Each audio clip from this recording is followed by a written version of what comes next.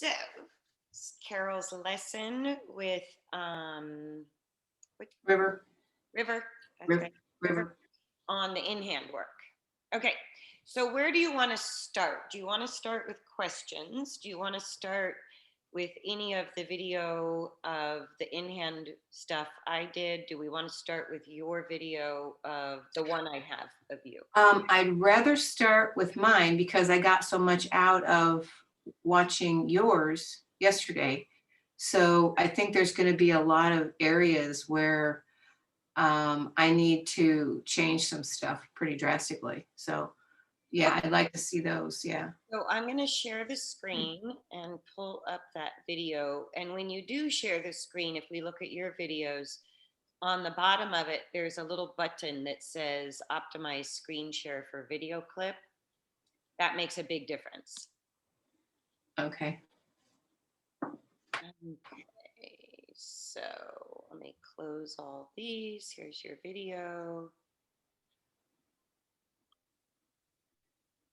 Okay, can you see that? Yep. Okay. So then it's about 3.5 minutes. Let me hit play and we may stop as we go or we may play it through. Okay.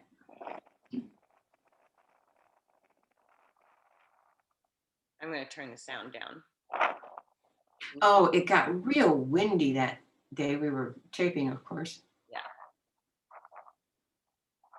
He's a hefty guy. Oh, he's so fat and he's lost 200 pounds. So all of this looks really good. Like it's a really good start with what I talked about yesterday. Do you see mostly you're in harmony with his movement? Mm-hmm. Mostly you're kind of center to center in harmony. And was that you asking for him to stop or was that you following him to stop? No, I asked him. I tightened my back, and as soon as I go into a halt, then he's pretty tuned in most of the time. Yeah. Great. Okay, so let's play a little more. So this is just the loose rein, that I wanted, because you and I had talked about, I think it was last week, just taking a peek at him without asking him to do anything, just letting him walk. Mm-hmm. And that's what you were just doing. So now you're transitioning to having a little bit of rain resistance, asking for more collection. Right. Is that what you're doing? Okay. Yeah. Okay. Yeah. And this area right here is where he starts pulling because the gate is over to the left of the screen up at the other end of the arena. So that's where he starts getting a little resistant. And once we get around this corner here, then he gets a little softer most of the time, but we'll see. Okay, let's play a little bit more then. And then I want to compare the two. Oh yeah, no, yeah, not asking too much. Well, maybe. Oh yeah, because I slowed down.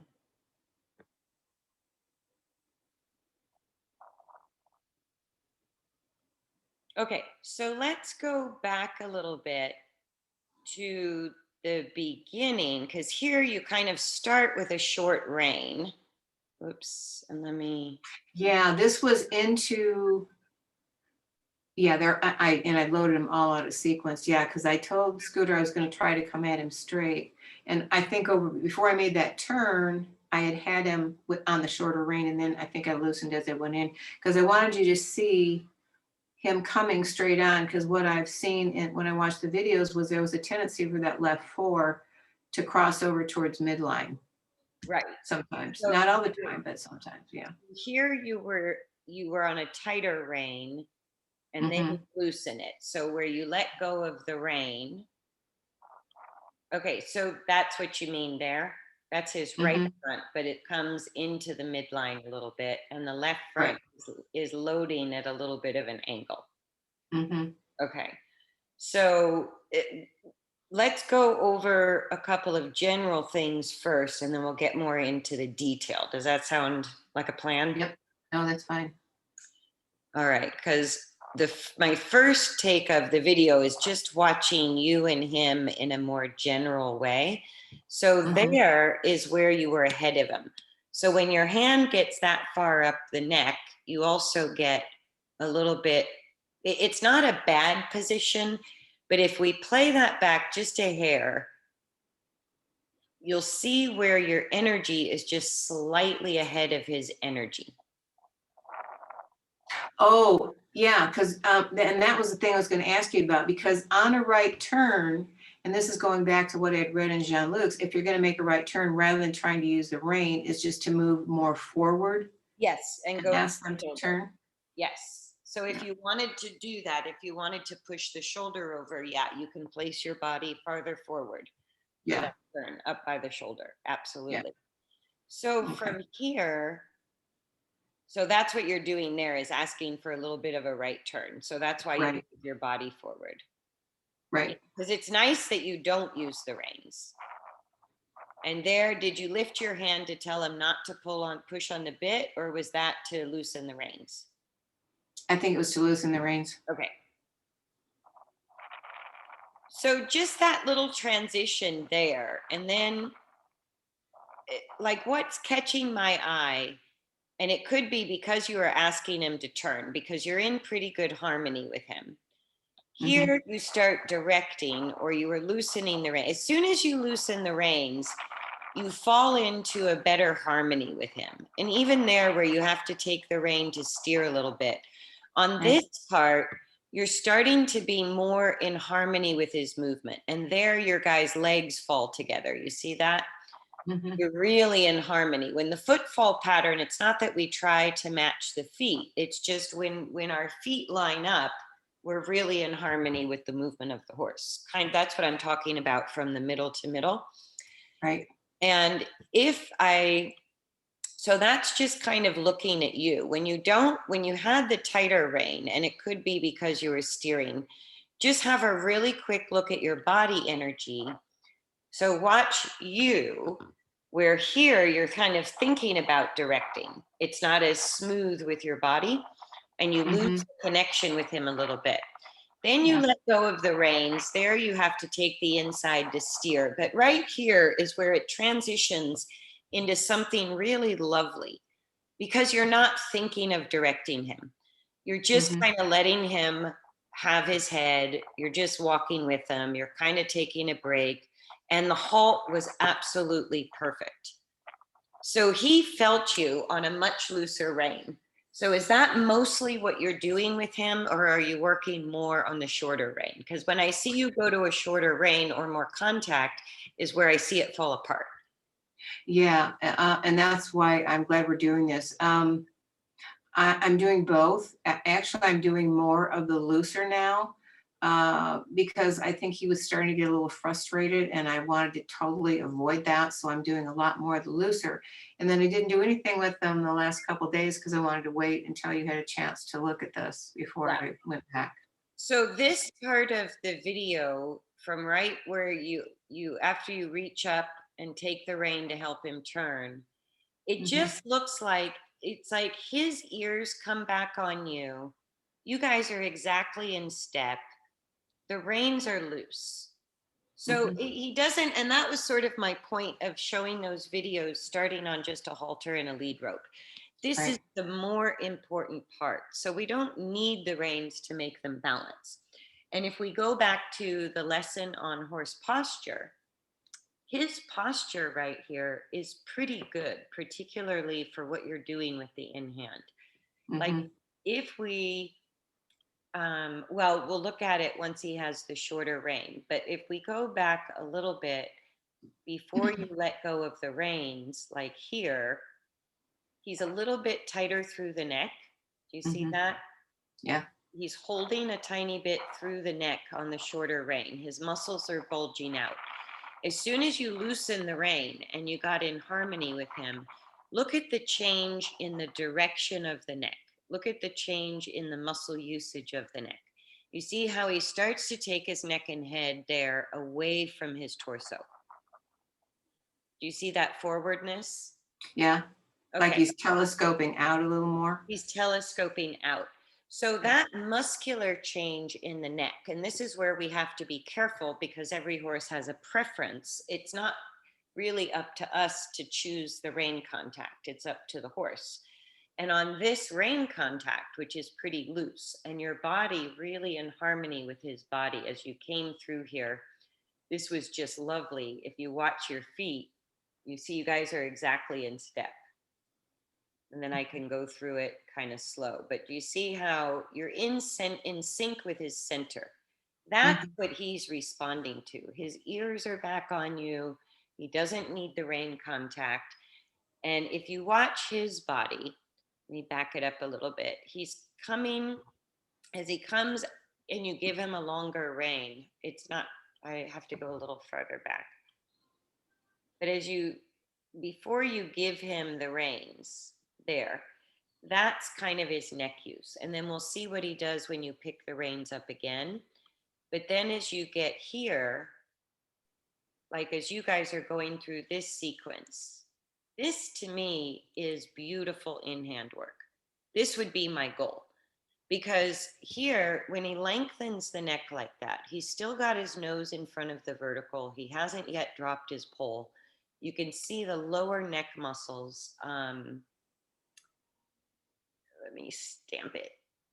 Like right in here, the lower neck muscles. Let me move that around. Kind of in here. Mhm. Those are just beginning to lift and soften. So all the muscles up here are lengthening. Mhm. Right? We're going to look at that when you shorten the reins again. But this use of the neck, where the muscles are lengthening and the pole is translating away from the body, that muscle use is telling us that the back is beginning to flex because the back is going to flex in eccentric contraction. When it goes into extension, it's going to be in concentric contraction. So, do you know what that means? Um, I read it, but I don't remember. Remind me. Okay, let me pause the share a second. So if you take your arm and you shorten your bicep muscle and then Mhm. contract it, that's concentric contraction. Oh, okay. Yep. It's a shortening of the muscle fiber and contraction because we can shorten it without contraction or Right. we can shorten it and contract. Right. Right? So then if you lengthen your arm, go ahead and lengthen your arm all the way. Yeah, we did that the other. Now I'm starting to come back. Yeah. Contract it. So when they flex the spine, the muscles are in eccentric contraction. So when we see the neck muscles going towards concentric contraction, it's a visual clue that the spine is also, the muscles of the back are also likely going into that concentric contraction, which is related to extension. Okay. So when he's telescoping forward, that's what. That's when you're talking about the concentric. Eccentric. And you don't have to remember the name exactly, but what you want to think is the lengthening. And this is why people are so addicted to long and low. Mhm. And I would work, Jean-Luc's way of saying it was long, yes, low, no, Mhm. right? Yeah, And and I have never worked him low. I've always gone for the long, but I've never worked him low. right, long and level Mhm. is a precursor to long and lifted. Mhm. But long is the description of the muscle, the eccentric use of the muscle rather than Right. the concentric. Yeah. Okay.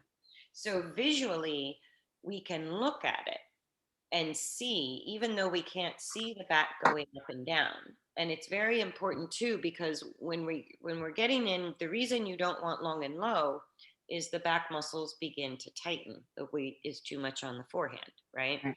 But Mhm. what you have is kind of a lovely long and level when the reins are loose and you're really in harmony with the middle of the motion. And then he followed you to halt like that, Mhm. right? That was beautiful. Like that doesn't get any better. That's what I would be looking for. So let me share the screen again.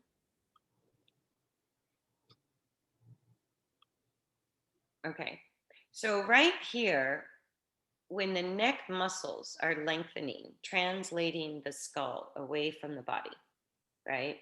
Mhm. That's telling us it's an indicator also of what the back muscles are doing. Okay. So he doesn't look like he's organized enough to have a ton of lift without cheating. This looks like an easy organization for his body. Mhm. And if you go back to the lesson I did on the horse postures, this Mhm. is what I would consider basic balance.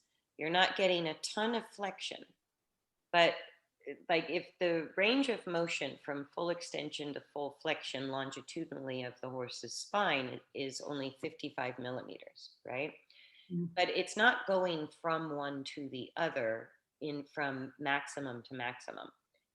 It's only ever going one direction or the other. And so think of flexion and extension as a direction rather than a mechanical change of the spine.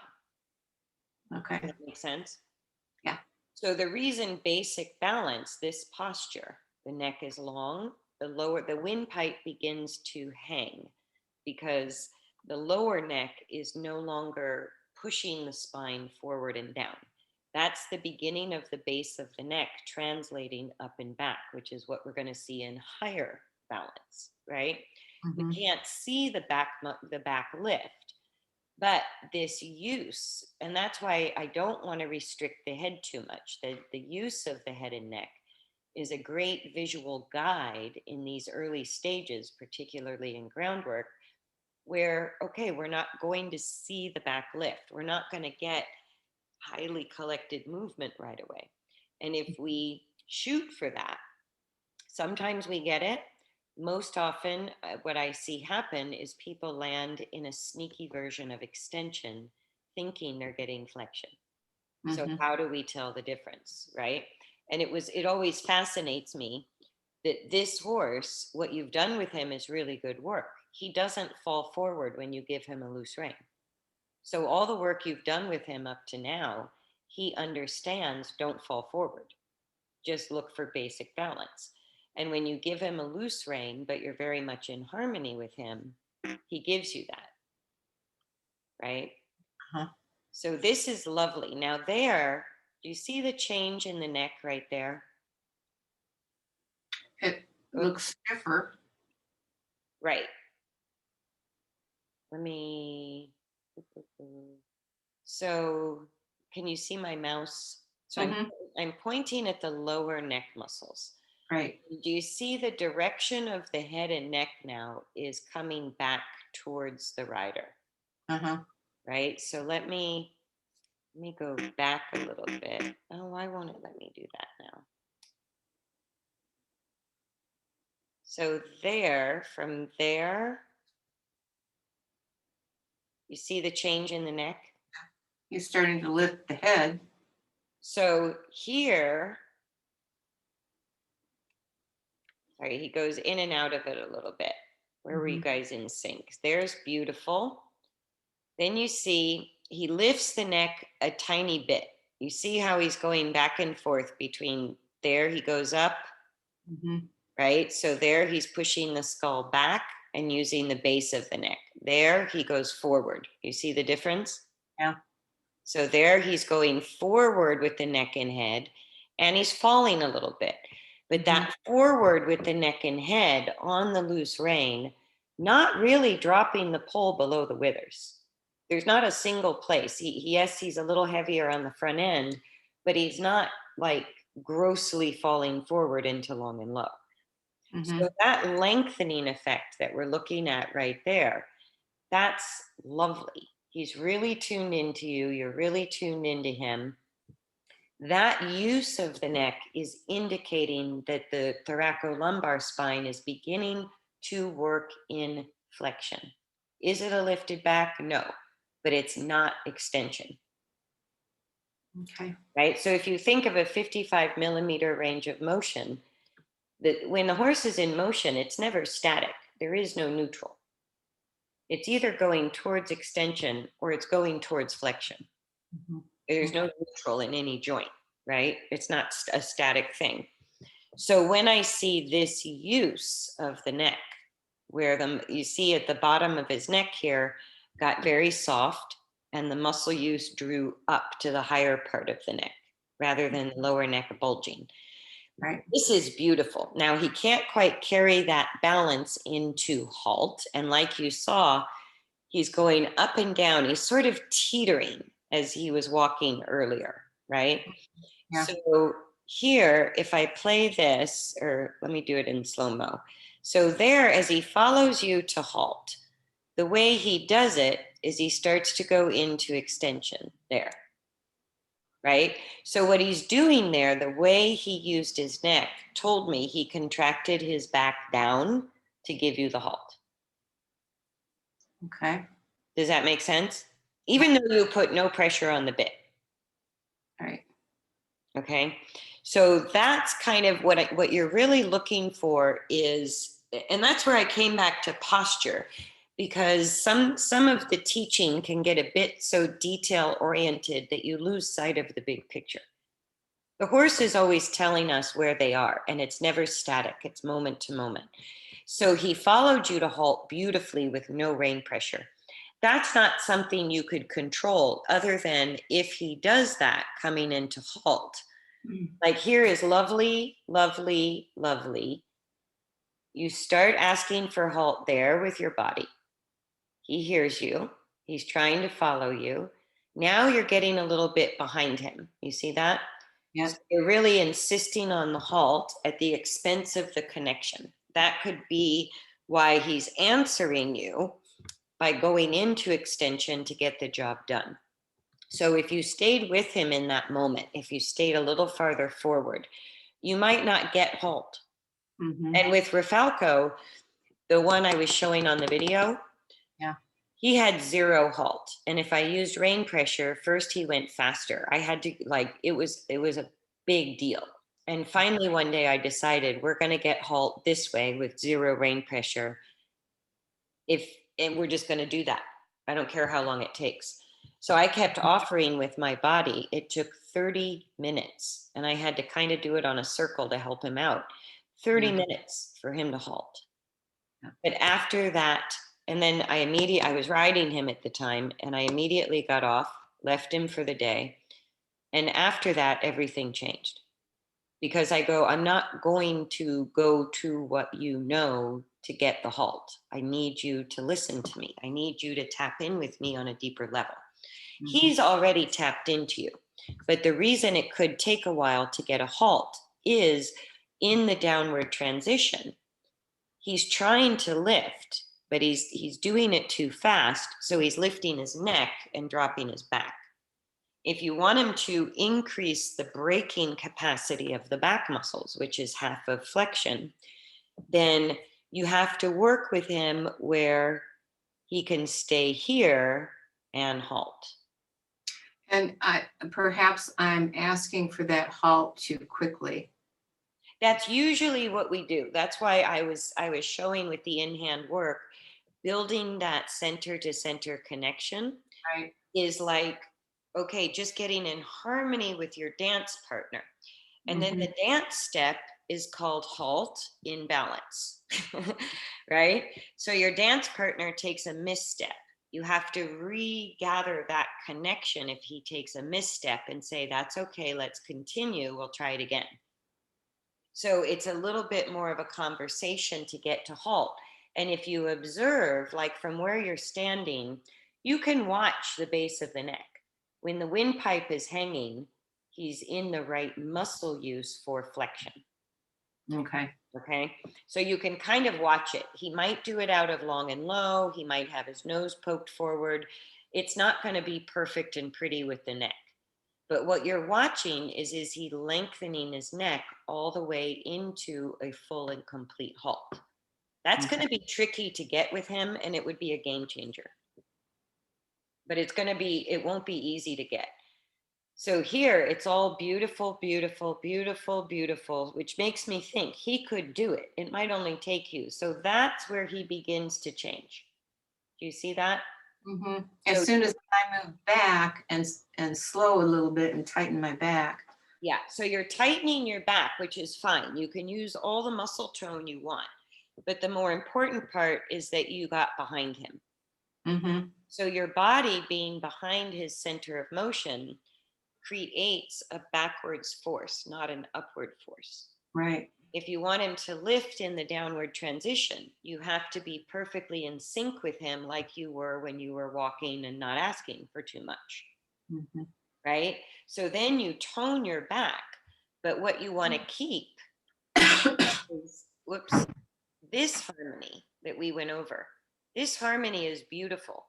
So can you keep that? And even though he's going a tiny bit of tensing the neck, that's just a tiny bit of contracting his back. Then he goes longer with the neck. He goes in and out of it. So your long and level is teetering between flexion and extension. And his neck use will help you know the difference, because you're Okay. not going to feel it in your hand. Right. You're not going to feel it in the rein contact at all. So here with the neck long, if you took a little bit more time, because just there is where I can tell you ask, you're starting to disconnect a little. You're Right. starting to think about halt, and he's still going forward. Mhm. So if you think halt vertical within the forward motion, there's no backwards to it at all. And Right. that's the really important part that's left for us to figure out most of the time with really brilliant teachers. They do this, but they don't teach this. Right. They teach you what you should do according to what they feel, but they're missing the point of the physics of it. There's a reality to the physics of how we use our body. That's what I'm explaining. Well, So, and that's a really good example of me moving back. which you didn't Right. intend to. You're still walking forward with him, but Right. your energy getting behind his energy is what he's feeling. Right. Because the intent is there to come into the halt, which he's feeling, obviously. Right. But like you said, he's not ready to stay balanced enough to get there without using that neck.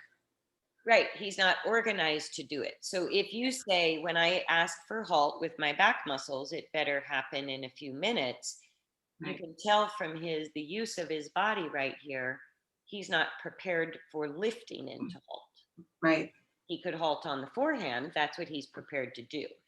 So Hmm. if that's okay with me, okay, if I really need halt, sometimes you do, it might be on the forehand or it might be an extension. But to me, the whole point of the in-hand work is to develop the guidance towards better balance. So your upward downward transitions, which could be the speed within the walk or transitions, halt walk or halt walk trot, between the braking and pushing is where you find, between that balance of braking and pushing is where you find the flexion, the lift of the back. And so it's good you're experimenting with halt. And what I love, this is a huge plus of what you have going for you. You are not in any way, shape, or form pulling on the reins to get halt. So he's following you. You've got a great connection with him. He's willing to follow you. But because you asked for it and disconnected, Yeah. there you're connected, that's where you begin to ask for halt. And then by the time you get it, you're way back here, he's in front of Right. you. Right. So it's not a physical thing. It's not a gesture. You're not pulling on the reins. There's zero backwards pressure on the bit. You're still walking with him. You're not walking against him or freezing. It's just that disconnect of the center to the center. That's what he's feeling. So he's Hmm. going, oh, I have to hurry up and halt because she's behind me now, right? Yeah. So he's trying to find you. He's trying to stay connected. And in order to do that, right here is where he starts going into extension there. And that could be his habit of how he halts. That's what the problem was with Rafalco. He only knew how to slow down by going into extension. Teaching him to slow down through his back muscles through flexion, the braking part of his back muscle use was broken. He had forward, but he had no control over his forward. He had no stability within the forward. He had no capacity to slow down without concentric shortening the back muscles and going into extension to control his speed. And that's what I'm seeing here. The downward transition, he went into extension to give it to you. Right. Okay. So that's what I would look for. The harmony you had coming around that other side, you could have all the way to halt. That's how he would lift his back. Okay. And he likes it on a loose rein. So when you're walking with him, your intention, think of your core muscles, your back muscles are like brake pads, right? So you activate the brake pads to resist the acceleration that you have. So we can use the brakes in our car in the school zone at 5 miles an hour, or we can use them on the highway at 55 miles an hour. But it's the same use. Brakes are the brakes. So Yeah. whatever speed he's going at, if he falls forward, or if you want to ask for towards halt to get more lift, you tone your muscles. Those are your brake pads. But what we all do, and what you were doing a little bit, is we think of downward transitions energetically more like reverse. It's not reverse. If you want to slow down your car, and it's the same, the braking use of the body is brake, just like brakes in the car, right? So if you need to hit your brakes in the car, what direction are you going? You're still going forward. Yeah. Right? So if we pull on the reins, if we get behind their center of motion, what we're doing is trying to throw it into reverse. We're thinking a downward transition is a reverse direction. Does that make sense? Yeah. So if you stay exactly in harmony, right? If you think of driving your car and you're coming up to a stop sign, you're not going in reverse. You're not leaning back. You're not shifting left and right. You're just applying the brakes within the forward motion that you have. Right. Right. So now we could push as hard as we can on the brakes, but if he has bad brakes, he might not be able to stop at the stop sign. He might have to stop a mile down the road from the stop sign because the brakes are bad. His brakes are bad. And you can only push on the brakes as much as you can tone your muscles without throwing your body in reverse. Yeah. Does that make sense? Mm-hmm. And so that would be how I would ask for the halt. And then if he starts to lift his neck like this, and do you see in this moment where I froze it,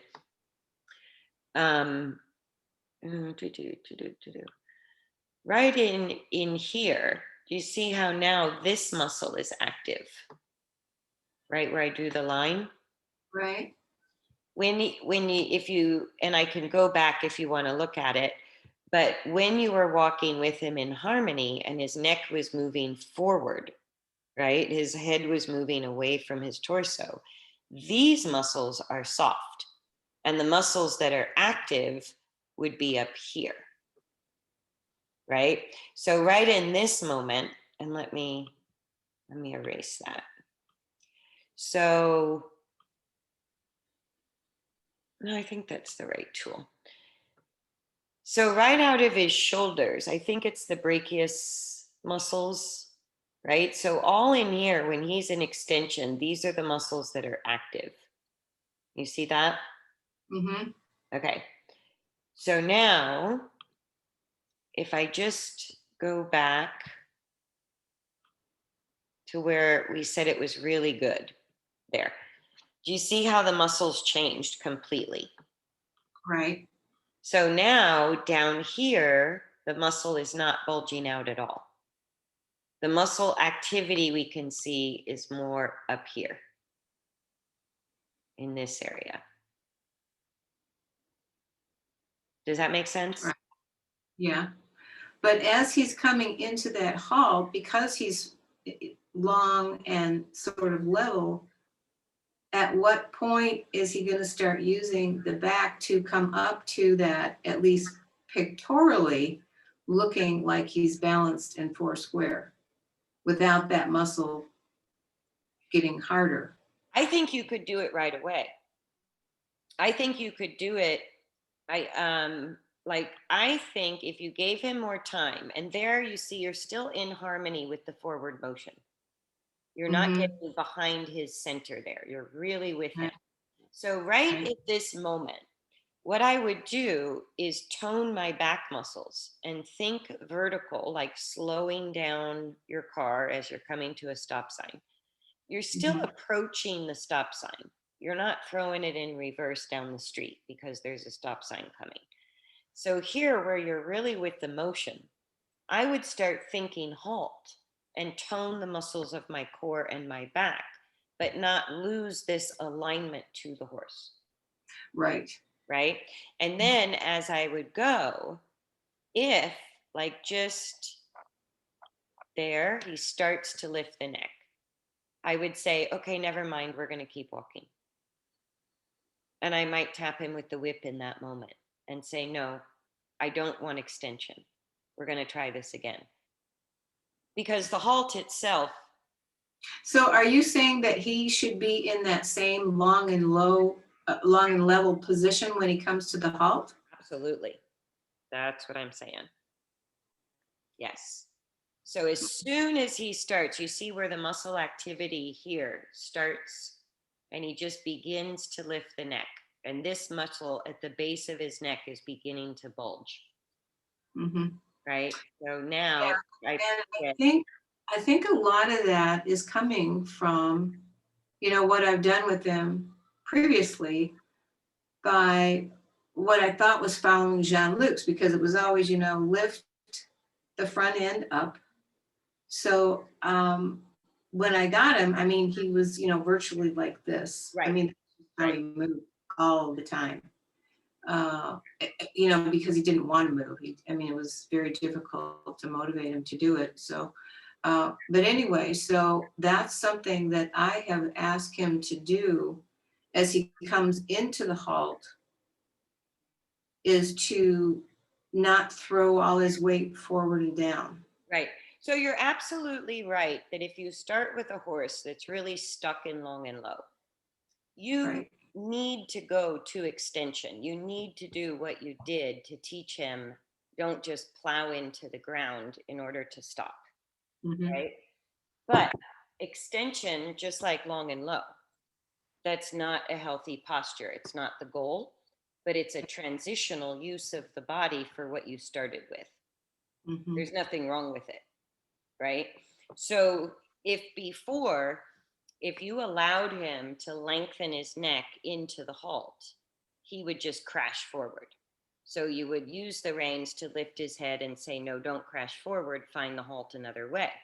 So he did, but he found it through extending the spine, not flexing the spine. Okay. Because you can get, like, they just tell us the pole is the highest point, right? Right. And the Right. front legs can push up, and the pole can be at the highest point when they're in extension and when they're in flexion. So, how do you know the difference?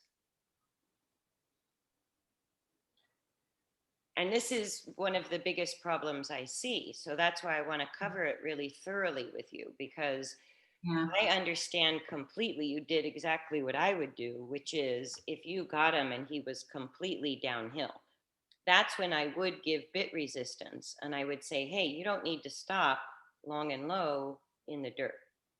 But see, when I first started him, and I still don't get when I ride him, I haven't ridden him for about 8 months. I wasn't getting a lot of bit resistance because I started him in a halter, Mhm. and all I did was maintain a contact so that he was always pretty long and level, because I Right. didn't go to anything about, let's get the lateral flexion or anything like that. Um, so okay, so as you go on and look at his work when the rain is shorter, it'll be interesting to see what you see there. Yeah. So let's just play it now because this is where you take a shorter rein. But I wanted to point out you Hmm. you have something better than you might realize when you went to a looser rein. Hmm. Well, actually, when Because I did this that, and I happens look. as soon, like right now, he's starting in extension. That's Hmm. part of why he chomps a bit. He fights it a little bit. Hmm. So there with the rein short, you took him out of balance and put him in extension. He was in better balance on a longer rein. Okay. So that's where I go, what is it that you're paying attention to, or what is it you're looking for? Now, there on the shorter rein, as you go, what I want to look for is if it works on a shorter rein, you should have the same use of the neck, the same harmony, everything the same, other than more lift. And so what I'm seeing is when you go to a shorter rein, the spine's now going the wrong way the whole time. Where before, when you were asking for less, like there, you've got the front legs light. And I understand if I had a horse that was super heavy on the forehand, that would be a place I would start as a counterbalance. So like Lori's horse was always stuck high-headed in extension. So for her, we've been trying to get to long and low. It's not that long and low is balance, but it was the opposite 180-degree imbalance from the main issue she had. Right. So if I had a horse, if he was stuck in long and low when you got him, and you just looked for long and level, that's actually fantastic. And if I needed to take him higher, like all I'm saying is theoretically, I'm not saying you did Yeah. this, but if I Oh, had well, a I horse, probably did, yeah. and I So, do, I have, Western pleasure horses or some horses that are just chronically fixated, stuck in long and low, mhm. right? And I might be okay with them going into extension for a short window of time just to teach them they don't have to be in the posture that was chronic, the chronic Right. imbalance, right? But what I see between you and him and what you're describing is you actually have pretty good basic balance until you start taking the reins and asking for more lift. Does that make sense to you? Uh-huh. Oh, Okay. yeah. So Yeah. as we watch, let me go back a little bit. Okay, so this is where it's like as soon as you start off with a little bit more rein contact, and again, I see you thinking more about what you're asking him to do than you are staying. You're naturally pretty Right there, right through that curve right there is where he starts pulling off to the right because he wants to go the other way.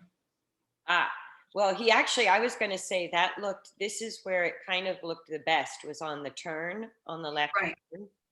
So what Right. you did, you're very connected here, and he starts to come out of extension and Mhm. come into a pretty good place right about there. That's looking really good. Yeah. Then he loses it. Now it kind of starts to go there. It almost comes back. It goes, it kind of goes in and out, in and out. But you Mhm. see how now his neck is mostly shortening, right? Mhm. And so here's the reverse. Do you see that? Yeah. That's your body in reverse. The energy is literally not going forward anymore. It's going Right. towards his tail, right? Mhm. So that's what happens sometimes if we're thinking too much through the reins. Our body does that. So Mhm. staying in harmony with the motion, you really did it beautifully through this first corner. And then it kind of starts to go south from about like here is where it starts to get better. Mhm. And he tried to go out through the right shoulder, but the left turn helped that and actually put him in balance. Right. Your arm is steady. You're a bit forward, like you might be more comfortable farther back.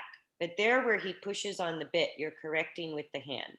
I Right. don't do that. I know some people do that. I don't do that. Now, Mhm. was that his idea to trot or yours? It was mine. Okay. But So, look, he wasn't really ready. no, he wasn't ready and he wasn't his if you now in your mind without me going back in the video compare his posture here to what we stopped and looked at what that I really liked before you did your first halt. Do you Mhm. see the difference?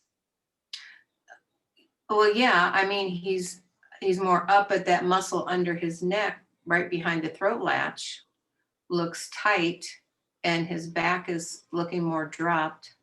So this is where I find even and what scared the pants off me and I've made it my mission to point this out because I go, I've fallen into this pitfall. It's probably the number one pitfall for professional trainers because everything sort of tells you right this moment you think you're getting lift. His front legs are pushing up. He feels taller. He's light in your hand. The pole is elevated. Only from this point of view with the camera can we see his back's not really lifted.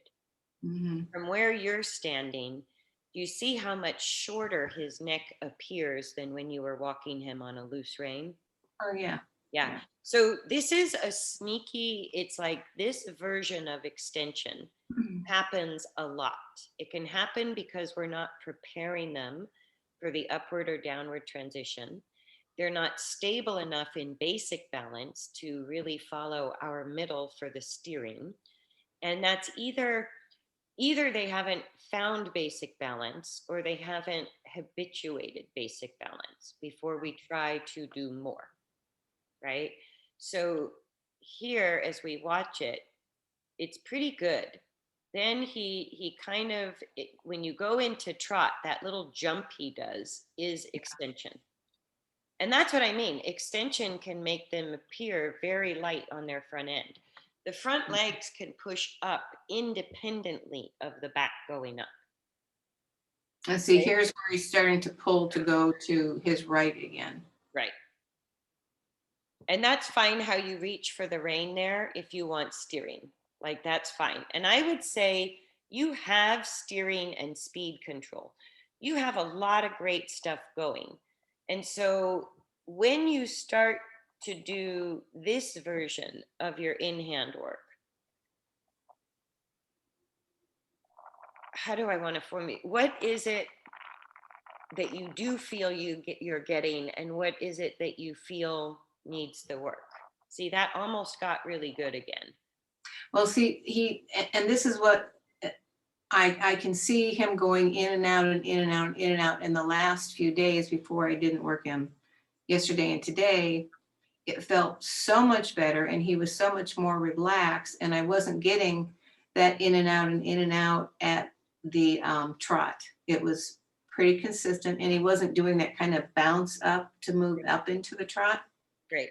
which I thought was a huge difference that he obviously was having to kind of fling himself into it because he Right. wasn't balanced as opposed to feeling like it was and it felt pretty effortless for him to do that. And he wasn't nearly as That's what I mean. That's resistant. exactly what I'm talking about.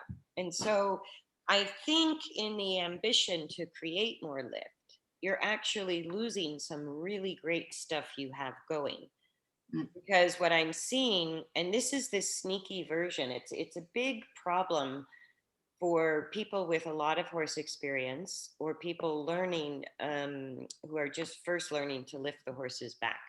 But in this moment, he's about to kind of try to come out of extension, but you can see the pelvis is sort of tipped backwards, the back is down, the neck is shortening, the neck muscles here are bulging out at the bottom. And Mhm. it's even tight here through the throat latch and the jaw, Yeah. right? So then he tries to come out of it. Oh, and then you ask for trot.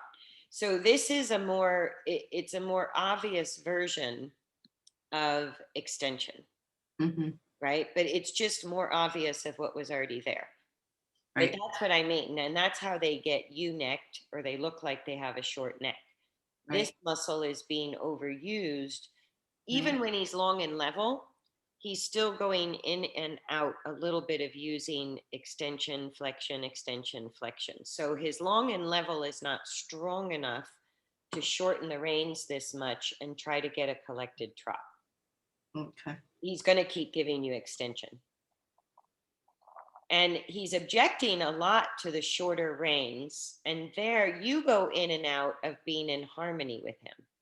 When you get in harmony with him, he really comes together. You've done some fantastic work with that. When you start thinking about the reins and the steering, you lose that harmonious connection with him. And that's where I see things fall apart. So even if and that just trying to get him to slow down? Yes, Yeah. he's kind of He's ready starting to to get take on the racetrack there. So like here, you can tell when he goes into extension, he gets a little more worked up. He starts losing steering, and he starts losing control over his own speed.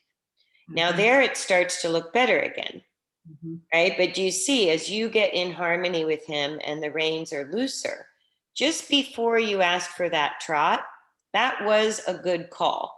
He was kind of set up for trot. That's what I would look for. This is mhm, probably the best balance of this whole video so far. mhm. Wait for the neck to lengthen away. Not there, not there.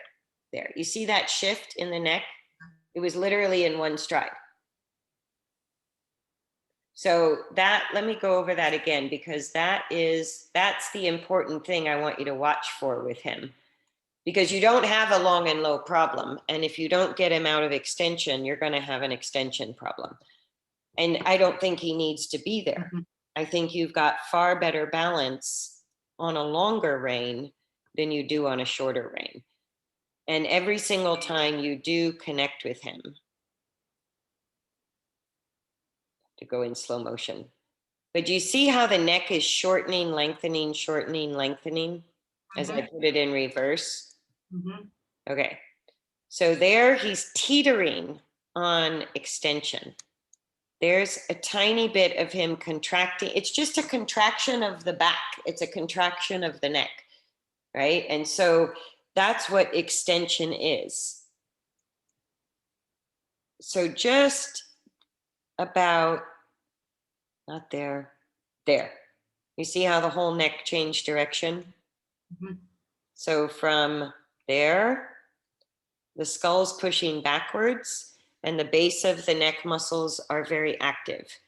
And he's organizing from the back first. So the neck is the last thing to change. That's why we can kind of watch the neck. But if we interfere with the neck, we can create more problems than what we solve. Yeah. So there, his hindquarter got organized, his back got organized, and there it comes through the neck. So you see the change, the lower neck becomes narrow, the upper neck becomes wider. It's pretty good. And that was a good moment to try the trot. He almost got a good trot transition. That I would try that because he didn't just throw his head back to go into trot. Right, He, backing up. and there he did in the final phase of the transition, he had to push, he did it a tiny bit backwards, but that's a pretty good transition. You get some upward force, Mhm. right? That's then there he gets stuck in extension and you're kind of done. Ah, there he tries coming back. Yeah, and that's where he's trying to pull off to the left again. Yeah.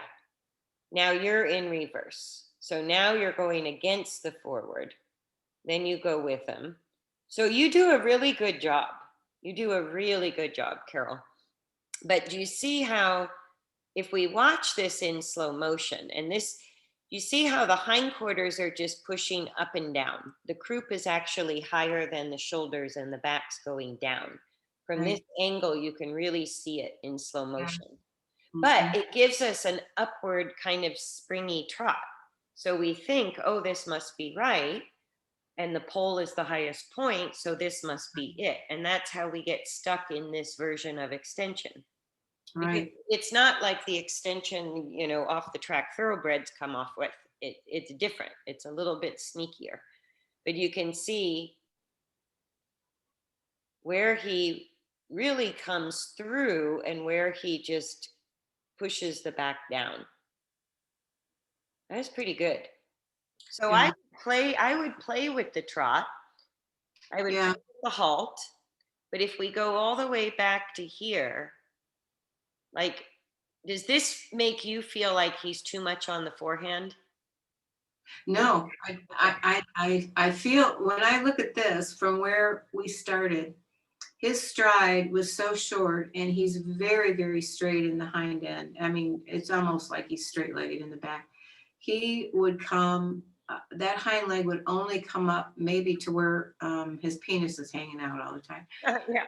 But he's so much looser and freer in terms of the length of his stride and the lengthening of his body. Yeah. That no, I don't have a problem with that at all. That's But fine. this That's here, do you see, now look at the difference from the trot we just looked at. mhm. If we go back to this, right? There, watch the neck change. Oops. Now, watch the hindquarter neck relationship as I go forward and back here. There. So do you see how the croup was actually lower? When he's lengthening his neck on a loose rein, and we just looked at that trot where the croup got much higher, he Mhm. looks more level from his croup to his withers. Yeah, And and that he's relationship, he's what's, quite dropped in the back too. well, For yeah, I mean, he's not going to be level yet. That's not where his body is at. right. Right. So if you were riding him, maybe you could get the back lifted that much, but you're not going to get it done in hand. The amount of flexion, and if it's genuine flexion, that's why I'm bugger on the details. Mhm. Because if in long and level, if all the muscles and the posture is indicating basic balance, from basic balance to a higher level of balance is easy. But what's happening is his basic balance needs more time. And for all the reasons you said, he's a bit dropped in the back, he's a bit straight in the hind legs, he has different issues with the bit or with trusting. And so what I would look for is to condition him in this posture. Do you see how he's much more level? Oh yeah. Yeah. Right. So that's actually better engagement than what you were getting in the trot when he felt like he was springier with the front legs. Mhm. Right. So let me go back to that and then watch him here. You see how that's just not as level. Oh yeah. You see, he gets butt high. Oh yeah, he just totally fell apart there. We Yeah. both did. Yeah. Yeah. Right. So, and that I would suspect is what you have to be careful of with any rein contact with this horse. Mhm.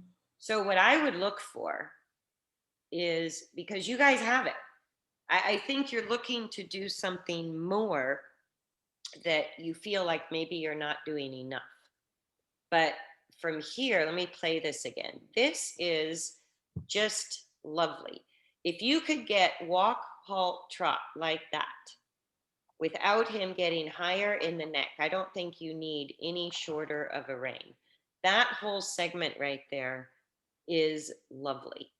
That's Okay. all the right muscle use. If we just watch that picture of it, look at the relationship of the back, the hindquarter, the use of the neck. Yeah. Well, we can certainly do that.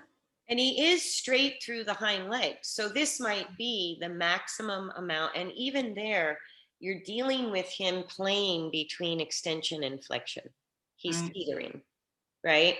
So right there, as the neck begins to lengthen away, there. You see how it started to lengthen away and it kind of came forward and away from the body? Huh. That was a good one. We'll play that again. So there. You'll see that direction there of the neck. That direction of the neck is the skull, cervical, thoracic, lumbar connection. And the muscle use and the direction of the neck are really the truest, most consistent indicators of flexion. There's a lot of other indicators, but what I realized, this thing that scared me was, wow, we can have all those indicators and the horse can still be an extension. That's pretty amazing. Yeah. So I really look for the indicators that are consistent, that are observable, that don't change, that have nothing to do with speed, that have nothing to do with the rein contact, bit pressure. It's just the posture and use of the body. Mhm. Right? So is he a little downhill? Yes. But we're just looking for, could he maintain? And they physically will look like their conformation changed. when you habituate this, he's going to look less tank-like and look like, not that he has a longer back, but he won't look so dropped in the back when you get him completely at 100% out of extension. And he's going to look like somebody put a longer neck on his body. Yeah. Right. So I would look for this exact posture, and this relationship in this moment you have with him is spot on. That's just center to center. So I would look for that in the walk with consistency. I would look for that from halt into walk and from walk back to halt. And I would look for that posture from the walk into trot, trot, back to walk, back to halt. So to me, developing, and when he's there, a couple other things that tell you you really do have flexion and you're not an extension. He's going to start fighting you less. He's not going to try to escape as much. He's going to be more interested to stay connected to you. He'll still do what he's going to do. He's a horse. But what you'll see is little by little, he's not going to be so interested to try to go to the gate or get away. And if you leave the reins long like that, on that rein length, you could move your hand back by the withers and you would have a very light rein contact with plenty of room for his neck. Okay. Right? If he started to gravitate to long and low, then I wouldn't make the reins any longer. But he does better on a longer rein than when you choke up on the reins. As soon as you have more rein contact, at least for right now, he just gets above the bit. And so you make your job harder to try to get flexion on a shorter rein with this horse. Okay. Right? All right. And you need a rein contact, but this would be kind of the image you want to have in your mind, and it'll be a little more lifted. If you can get this, it'll be a little bit more on the forehand because he's still struggling with like trying to go into extension just a little. But like this is all pretty good. If you could have this posture in motion at the walk, all the way into halt, all the way back to the walk, all the way into trot, all the way back out of trot, you're going to find the steering gets a ton easier and he'll follow your back easier when you suggest it. But the key is get that posture in him and don't disconnect no matter what you're asking for.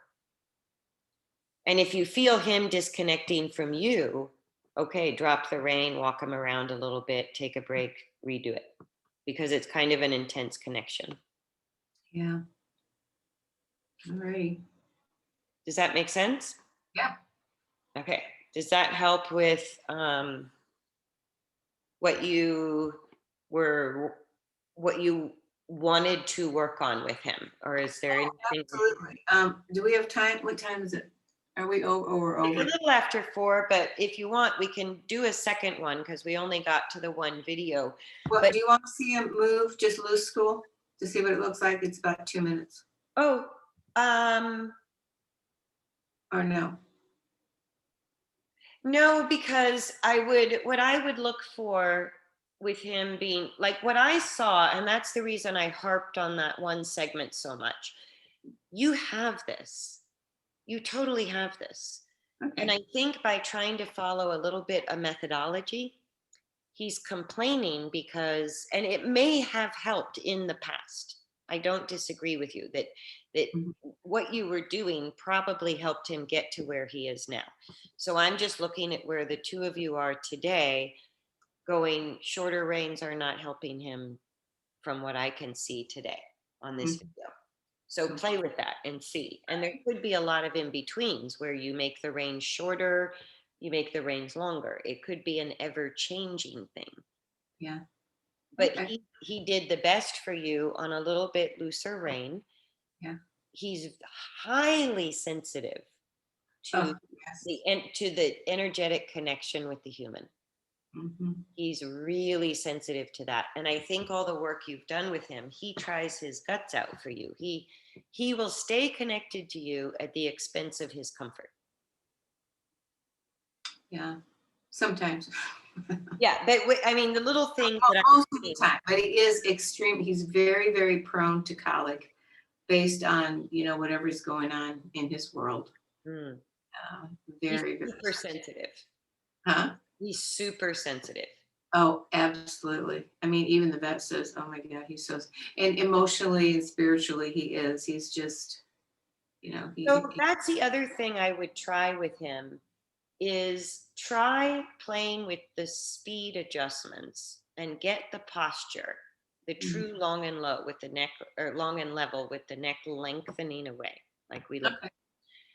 Work on your connection to him and speed adjustments, but see if you can follow him. The reins are there just so he can't bend the neck, but Yeah. give him a session, see how it goes, and let me know. Maybe even do a video of it when you don't steer at all. That's interesting that you just said that, because what I've done, before, when I would just, I sort of chose the speed all the time because he was just, so slow. And then like that, it was wonderful to see on that looser rein because he's relaxed. He's actually going forward because he is not a forward horse, was not. Now, when I work with him, either in hand or when I ride him, he was not. But when I work him in hand, he's a totally different horse. He's so into it. And, he does try really, really hard. He seems to like that the best. But like I said, I haven't ridden him for a while, so we'll see what happens. Well, and let's get a few things sorted out before you ride him again, because I think that's where the in-hand work is pretty close to riding. Yeah. And if you do it, part of the reason, if a horse has been mostly stuck long and low on the forehand, adjusting the speed is usually the first thing I go to. And it's because being stuck on the forehand is related to the back muscles use in managing speed, braking and pushing. Mhm. If a horse is stuck in extension, straightness becomes the bigger issue, rotation and alignment. And you don't really have that issue. So I would say don't steer, adjust the speed. And what you're going to find him doing is, if you keep him straight and at the right speed, where he's not falling forward and he's not going into extension, Mhm. he may explore the lateral movement of all four legs. So he may, if he takes a step with his right shoulder and heads for the gate, if you go with it, it turns into happy, accidental, correct lateral use of the legs, right? Mhm. That's what you get by not steering, but you do keep him straight and you do adjust the speed so he doesn't fall forward or get stuck in extension. But if you follow him, I have a feeling he will quit arguing with you, number one, Mhm. very quickly. And then when you start to suggest a direction within the center of his movement, he's going to follow it when he is balanced enough to do so. Okay. So Yeah. I would try that and maybe take a video, and it's going to be kind of funny. He's going to drag you to all the things he's not normally allowed to do. So I would kind of clear the arena of obstacles, close the gate and go, okay, we're going to, and if he goes to the gate, carry a whip. So you just, or tap him with your hand and just say, okay, he's got to turn left or right once he stops. If he stops with his head over the fence line, if he's not going to jump it, he's going to turn left or right as soon as his feet are moving. Yeah. So you just feel, is he going to turn left or right? And you just go with him, right? And just play with that with him, because I have a feeling that your next evolution of collection will be related to maintaining a path of travel, but he needs a little bit more solidity in really staying out of falling forward, which you've done a great job with, but now also out of extension, out of the contraction. All righty. Well, we'll go play with that. Okay. And I will record this. And, well, I did record it, and I will email it to you as well as post it. All righty.